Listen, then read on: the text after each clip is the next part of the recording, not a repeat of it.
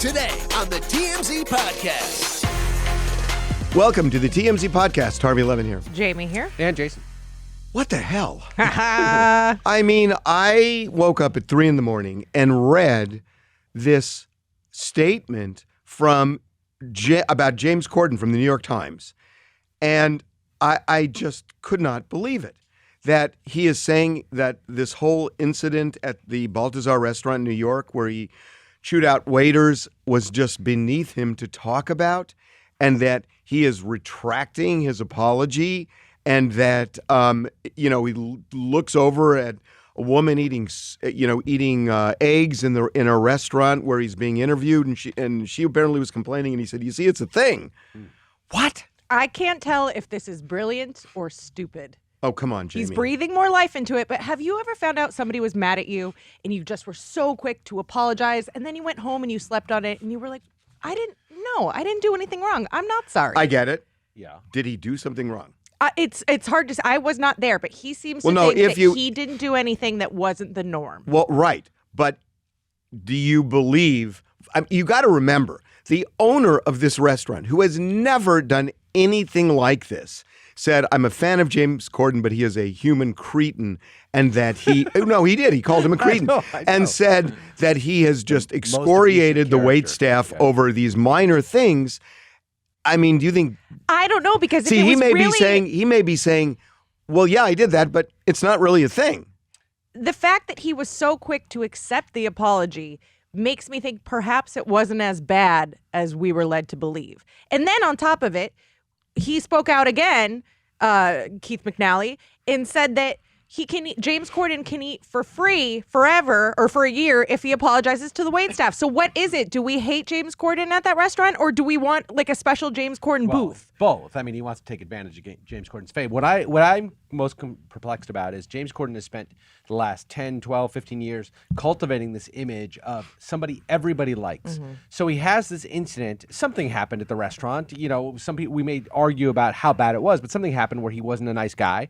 And guys, are we really having this discussion?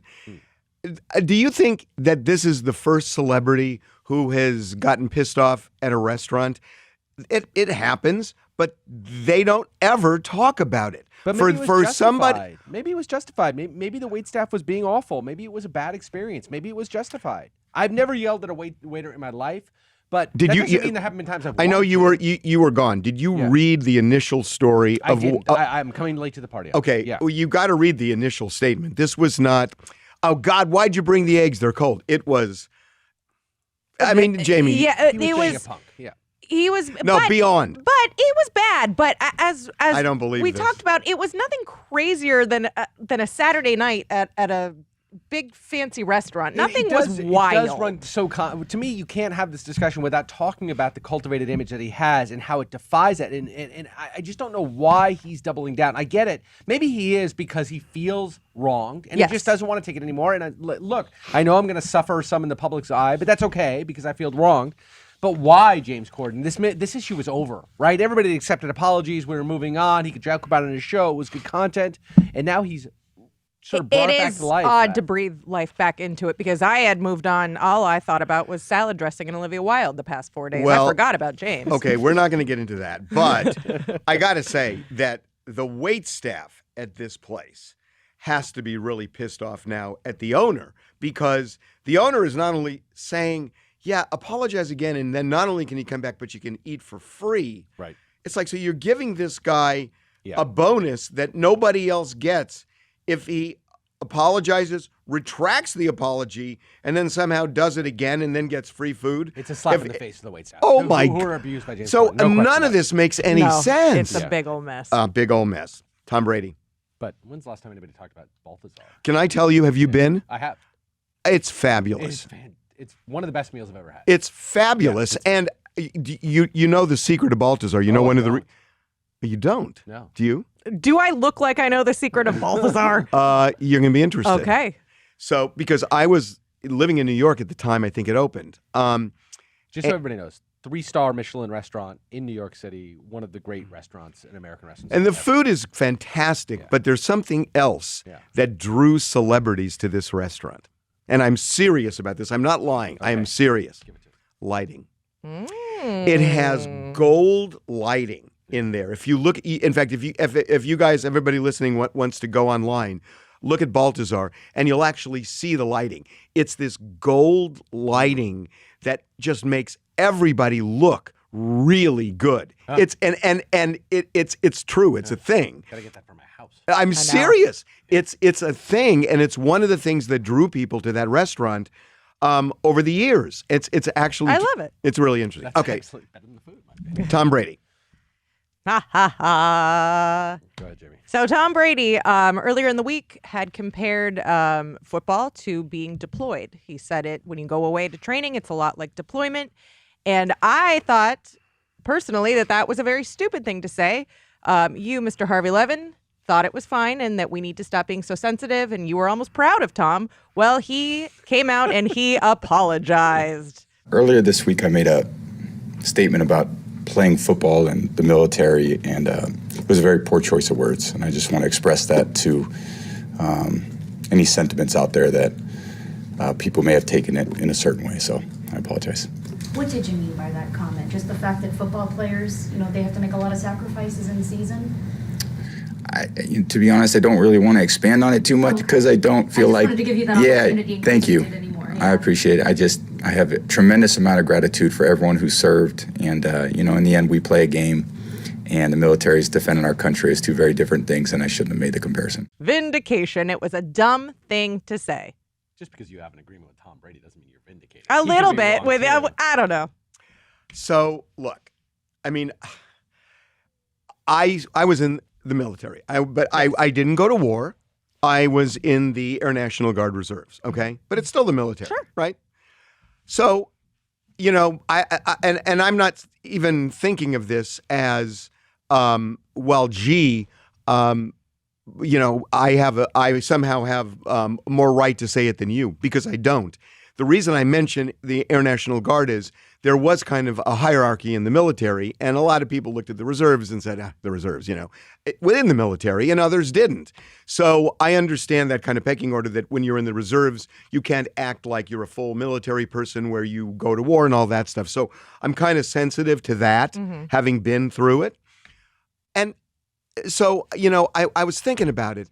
It's like, I mean, how sensitive are we? He's not saying it's like war. I think that's a little different. But deployment it doesn't necessarily mean that you're going to be fighting in the front lines. It means you got to keep a focus. That you're all in. It's almost a metaphor. I'm with Harvey on this. It's a metaphor for something. He goes in. Everybody probably, you go into battle with your brothers. We know it's not battle. We know Tom Brady's. We know. He earns $50 million a year to go play a game. He knows that. I mean, do I kind of wish maybe he'd use a different metaphor? Why? Okay, but why? I don't care. Why, but why do you wish even? Yeah, you know what? I don't wish. I don't care. It's fine. He can use the metaphor. It doesn't bother me. It's in sports, especially, in sometimes in life, and when you get ready for a big conference, you're going to do a pitch to your. Have you ever said this is war? Yes, of course. I mean, people say that. It's actually a phrase. This is war. Right. Well, it's not really war. You can't say that. Right. I mean, are you allowed to say this is war now? No, I guess what I'm more upset than my beef with you personally is that you were... Which one? I got many. Let me pull out my receipts. So this one, I'm upset because you were saying, you know what? He's speaking how he wants to speak. Everyone needs to stop being so sensitive. Everyone needs to stop making it about them. That's fair. But then you can't talk out of the other side of your mouth and get mad at Meghan Markle when she was explaining her experience and then all of the briefcase girls were coming forward. The difference... No. Why? I'll tell you why. The distinction... And I don't want to make it sound like I'm just against Meghan Markle, because I think so much of what she says is valid and really serious. This one, what it does... What Meghan said was not a metaphor. What Meghan was saying was that it's almost beneath the other women who are so smart in the show. And there are. I mean, Stacey Gardner, who I happen to know, is this incredible lawyer and just a great person. Claudia Jordan is accomplished. Meghan shared her experience, and Claudia Jordan Which is chose fine. to make it about her. No. Meghan when Meghan says about her own experience is fine, but the way she said it was, we were forced. Nobody forced her her to do this. This was season 2 of Deal or No Deal, so she knew what the show was. Nobody forced her to take that job. That's what I'm saying. Is that, and that's, I don't want to get on Meghan, but that was the difference between that and Tom Brady. Can we talk about the truly offensive thing that Tom Brady has done, which What? is his quarterback play? He's one of the worst quarterbacks in the NFL right now. What happened? It's very sad. He got old very quickly. And it's very Did he sad. get old or did he get distracted? I think he got old very quickly. His arm strength isn't there, but yeah, who knows? I mean, he may be distracted by his pending divorce. Okay. Kanye, Balenciaga has now dropped him. Good. What's going on with Adidas? I'm serious. Yeah. What's going on with Adidas? Well, he dropped Adidas, right? No, he's not. It's not done. He's got grievances against Adidas, but the partnership's not over. They have been radio silent. They may have more of a contraction. I have to give Adidas sort of withhold judgment because they may have a contract that can't quite get out of here. Maybe Balenciaga does, but this is a big step. This is a major fashion house that has dropped one of the biggest stars in the world because of his comments and his conduct. And I think this is the first of many. I think we've now reached finally 5 years after slavery is a choice. We finally reached the tipping point where people and companies and individuals and listeners are going to walk away from Kanye West and leave him to rant on a mountaintop. Wonderful. And the statement is so crazy to me. They didn't even mention him by name. They said Balenciaga has no longer any relationship nor any plans for future projects related to this artist. Yeah. I just think that is so big. Yeah. Yeah, I think that's right. Where is Adidas? and I'm just, I don't know. Adidas, in a way, Adidas really needs Kanye because he has propelled that company in such a way with Yeezys and all, and they don't really have the bench that Nike has. True. Right. Not nearly as big as Nike. And Kanye seems to be the biggest thing Adidas has got. So I wonder if they're kind of thinking, is this thing going to blow over? People love Yeezys. Will they still distinguish between Yeezys and what he says? Is that what's going on now? Is Adidas' history irrelevant?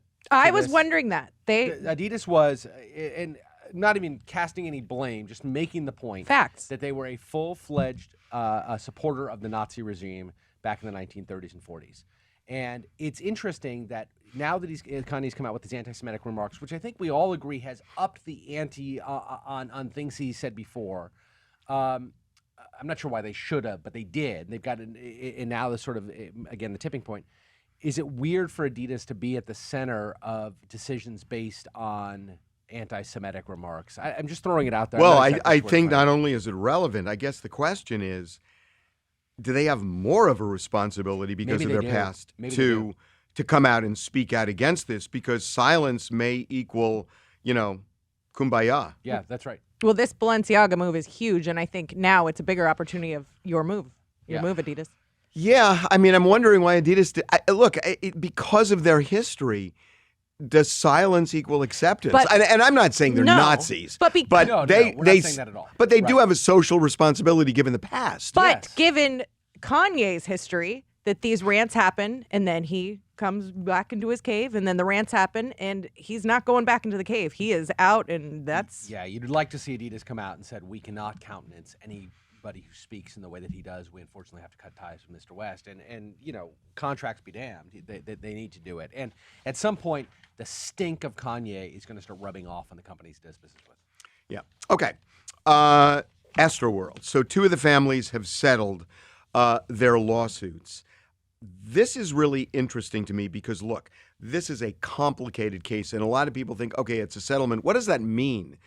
Well, what it means is somebody paid money to these families. Right. And then the question is, who paid money, how much, and what does it mean for the many, many, many other lawsuits and families that have filed in this case? Because there are billions of dollars on the line. And, you've got Live Nation, you've got Travis Scott, you've got the venue, you've got insurance. There are all sorts of issues here. I just find it really interesting that this wasn't, this was not a global settlement. Yeah. So what does it do to the other families who are saying, aha, they settled? Yeah. So from what we've learned, the party that paid the settlements was Live Nation and not Travis Scott. And presumably now, but the cases have been are being dismissed, correct, including against Travis Scott. So it seems that Live Nation has picked up the full tab of the settlement for these families. Now, I wonder in the background if there's a financial arrangement between Travis Scott and Live Nation to somehow, reimburse, I don't know what the right word is, but reimburse Live Nation for part of those funds. And whether or not that comes out of the back end that Travis Scott typically gets. But they wanted to keep Travis clean and not have him settle.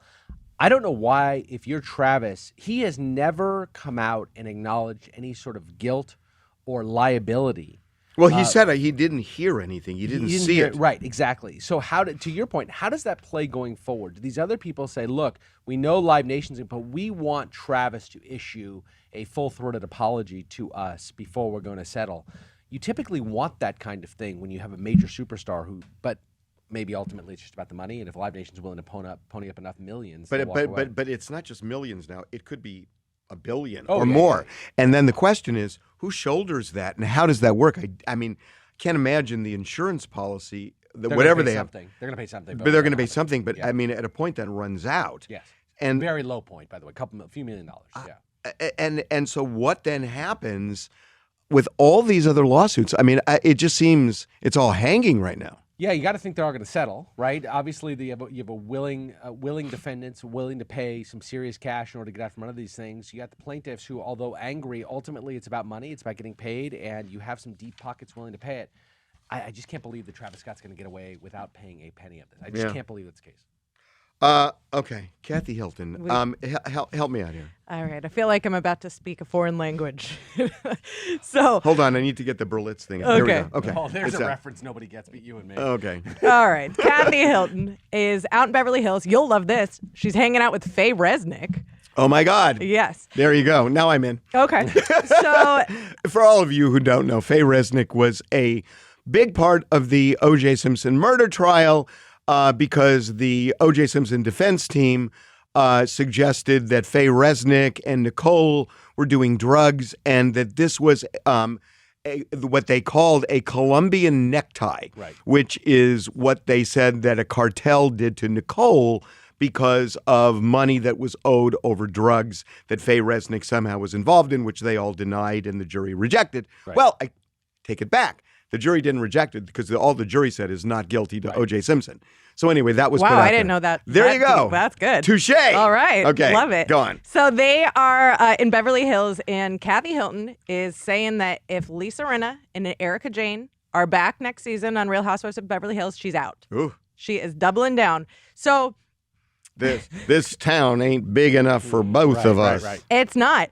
So what happened on the show is Kathy had basically a breakdown. Unfortunately, the cameras were not around when it happened, so it's all become a he said, I she said. love. Unfortunately, Well, I mean, you got one Shockingly is the answer. One job, Bravo Film. So the audience never saw what happened. Apparently, this fight was horrendous. There are rumors that there were homophobic slurs thrown around, that she was threatening families and lawsuits. And so it's kind of been the storyline of the show. And Lisa Rinna and Erika Jayne have been relentless. Obviously, Erika Jayne has jumped on it because anything to take the attention off of her and her ongoing legal situations. right. But Kathy's had enough, and she's saying, I'm not doing it anymore. I'm not going to be bullied, and it's them or me. So we got some video. Our photog got Kathy out with Faye Resnick, and here's what they said. And I had people from the show telling me that this was a setup the whole time by these two girls. And you know what? If people are really worried about me, why wouldn't they call Kyle, my husband, production? When Lisa said that I had a break, I had said that I would only be willing to come back if the cast, if it was completely the same. Absolutely not, because I feel there are two bullies that intimidate a lot of the other girls. A couple speak up, but most of them, they're not being their authentic self. When they're pushed up to the wall and they're afraid of what those two bullies, because they're capable of anything. And by those two bullies, you're referring to Erika and Lisa. Erika and Lisa. The problem is, at the end of the day, it's not funny. It's serious, Oh my Harvey. God, I'm is it sorry. funny? I apologize. But at the end of the day, it's a TV show. And Yeah, no kidding. no, but my problem with Kathy is she's clearly not cut out for this because you can't be throwing around lawsuits. And in Bravo's history, when people get litigious, they get cut. Okay. My question. Yes. You're saying that Kathy's serious about this. Oh, she's dead serious. Is she serious or is this good for the show?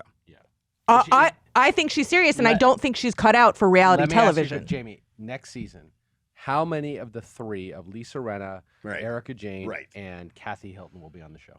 I think Kathy's gone. Okay. I think they're all All back. three are back. I think they're all back. This is what makes the show. I just don't understand. If Kathy really wanted out, she is fabulously wealthy. She has a million things going on in her life. She is not somebody who sits around. She doesn't. She never needed the She show. wants Needed to the show. be She wants to- famous. Why? Which is exactly why she's not going to walk away. And you know what she doesn't want? She doesn't want to be on a flop. And a flop is when there's no conflict on these shows. And this is the opposite of no conflict. This is high conflict and cliffhanger stuff. Yes. And everybody is now talking about it. And all of these shows are jockeying for that kind of publicity. They got it. And also, if she walks away, the other two win.